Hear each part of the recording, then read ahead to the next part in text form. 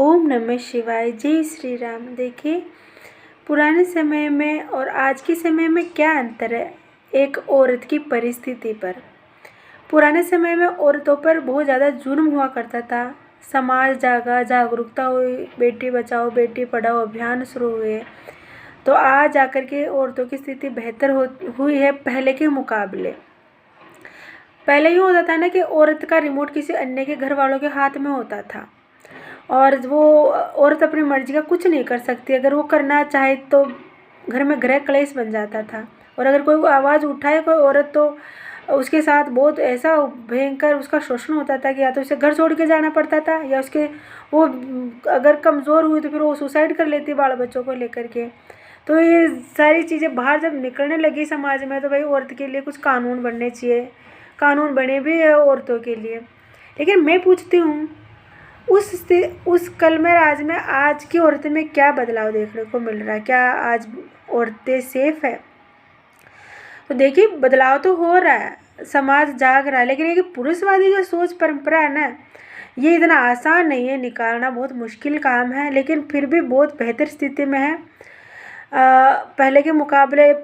लेकिन देखो, कुछ घरों के अंदर अगर एक दूसरे की भावनाओं की रेस्पेक्ट हुई तो बहुत अच्छा है, लेकिन आज भी भारतीय समाज के अंदर वो जो सोच है ना, वो जड़ों में इतनी गहराई ले चुकी है कि बहुत डिफ़िकल्ट है इस चीज़ से बाहर उभरना।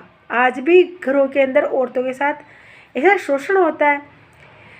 मतलब पढ़ा लिखा क्या है? पढ़ाई लिखाई, जब पढ़ा लिखा होने के बावजूद इंसान अच्छे गलत में भेद नहीं कर पाता है और वो फैसले लेने में असमर्थ है, तो फिर शिक्षा का क्या महत्व रह जाता है? शिक्षा कोई सूटेड बूटेड होने की चीज़ तो है नहीं।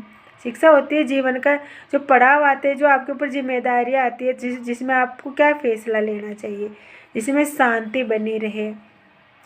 क्योंकि बहुत बार ऐसा होता है ना कि औरत की दुश्मन होती है, कहा गया है। हाँ, घरों में होता है ऐसे कि औरत की दुश्मन होती है, वो जड़ काटती रहती है, लेकिन कौन है वो औरत? वो घर की मेंबर ही होती है, ज़्यादातर बड़ी, घर की बड़ी बूढ़ी औरतें।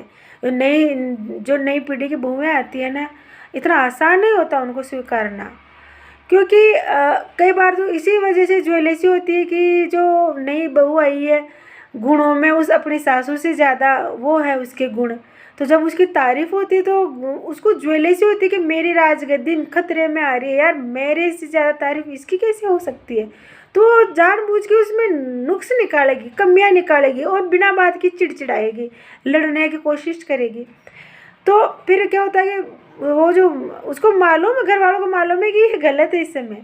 अब वो अगर उसकी वाइफ की तरफ अगर हस्बैंड बोलता है तो बोलेगी कि मेरा बेटा तो बहू के पल्लू के बंधा रहता है, मेरी तरफ बिल्कुल भी नहीं बोलता। ससुर जी जो उसके खुद के आदमी कुछ बोलने की कोशिश करेंगे तो बोल सोचेंगे कि यार क्या बोलते लड़ाई हो जाएगी खामखा, तो इसको बोलने देता हूँ, रहने दो, बोलने दो, एक दो बार बोलने से क्या होता है सॉरी।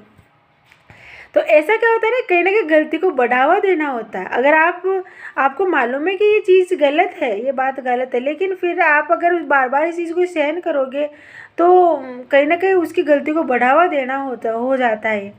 तो आप ये सही, मतलब बड़ा अगर कोई है तो ये ठेका तो नहीं है ना कि ये समझदार ही है। अगर उनकी वजह से घर में गृह क्लेश बढ़ रहा है, शांति भंग हो रही है, तो फिर कैसा बड़ा हो? गुणों में होना चाहिए ना बड़ा भी। तो कहावत है कि सफ़ेद बाल कर ले धूप में, इसलिए ये ज़्यादा ज्ञानवान है, तो ऐसी बात नहीं है। बहुत सारे ऐसे उदाहरण भी है समाज में कि जिनके सफ़ेद बाल हुए हुए ने ऐसे बहुत बड़े बड़े कांड कर रखे हैं। तो आप है ना, अगर घर में शांति चाहते हो, किताबों में लिखा हुआ आपने पढ़ा होगा, शिक्षा का महत्व यही तो होता है कि अच्छे बुरे में भेद, तो आपने सीखा पढ़ा भी है, तो आप फिर वहाँ पर आप अपनी शिक्षा का इस्तेमाल कीजिए, अच्छे बुरे में अंतर पहचानिए, और सत्य के साथ रहना ही सबसे बड़ी समझदारी है। ये जीवन में से बहुत बड़े चैलेंज आते हैं कि आप क्या हो, आपकी सोच क्या है, आपको मालूम है कि अच्छा क्या है और झूठ क्या, गलत क्या है। आपको मालूम है, लेकिन परिस्थिति ऐसी चीज़ आ रही है कि आपके सत्य को कोई सुनना ही नहीं चाह रहा, स्वीकार ही नहीं है। बस वो है कि मैं बड़ा हूँ तो बस मैं समझदार हूँ। अगर वो बेचारा छोटा बोलने की कोशिश करेगा तो उसको दबाया जाता है, उसको बोलेगी तू गलत है, अगर वो बोलने की कोशिश करेगा तो फिर लड़ाई हो जाती है। और फिर क्या होगा, गलत उदाहरण पेश होता है, फिर उसको जो है चुप होना ही पड़ेगा, नहीं तो फिर बात बढ़ेगी, लड़ाई होएगी। और वो कभी नहीं चाहेगा कि उसका उदाहरण गलत बने समाज के अंदर, इसलिए चुप होना पड़ता है। कई बार किताबी ज्ञान है ना, जीवन सच्चे और असली ज़िंदगी के अंदर हम काम में लेना चाहते हैं तो वहाँ समाज के लोग या फिर घर परिवार के लोग नहीं लेने देते हैं उस चीज़ को इस्तेमाल। बस उनको यही टोपी चढ़ी रहती है कि मैं बड़ा हूँ तो मैं सही ही हूँ, इसी चीज़ को तो मुझे तोड़ना है यार। आप बड़े हो तो मतलब आप सही हो गए, सही गुणों के अंदर होता है बड़ा।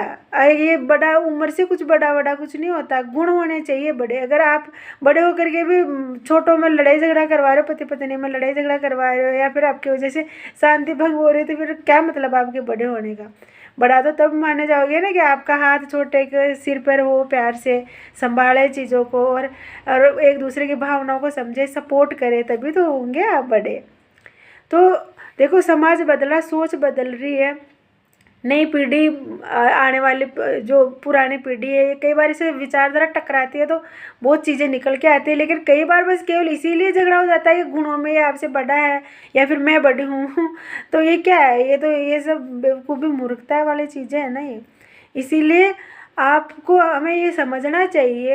अब समझना तो क्या करे, ज्ञान को ही पड़ेगा, क्योंकि आप आगे सामने बहसबाजी करोगे तो फिर गृह क्लेश होगा। इसीलिए हमें ही समझना पड़ेगा क्या फ़र्क पड़ता है।